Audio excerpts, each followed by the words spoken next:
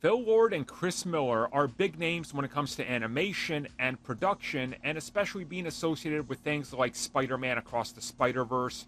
Their name has gotten bigger than ever before. Earlier this year, we covered the harsh working environment and the conditions that the animators had to work through. And now, a response from Phil Lord is completely tone-deaf and dismissive, as one would imagine.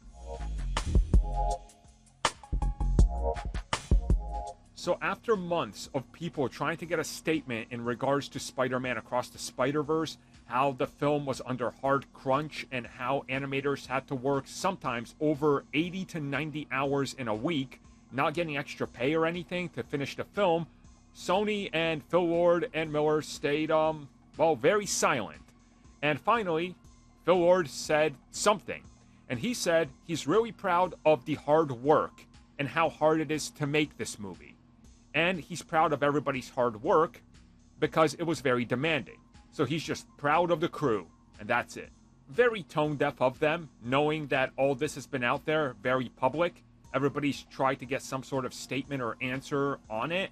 And luckily, they are delaying Beyond the Spider-Verse indefinitely so they can get it out the door. But remember, Across the Spider-Verse was also delayed multiple times, and they still had to rework entire sections of the film, remove completed sequences, characters. I mean, it's been covered, right?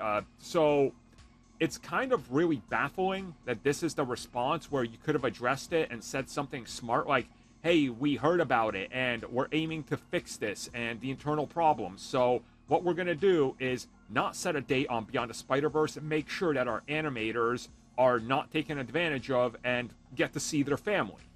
Right? Something, a good PR spin, instead of, we worked hard, thank you. I'm richer and they're not.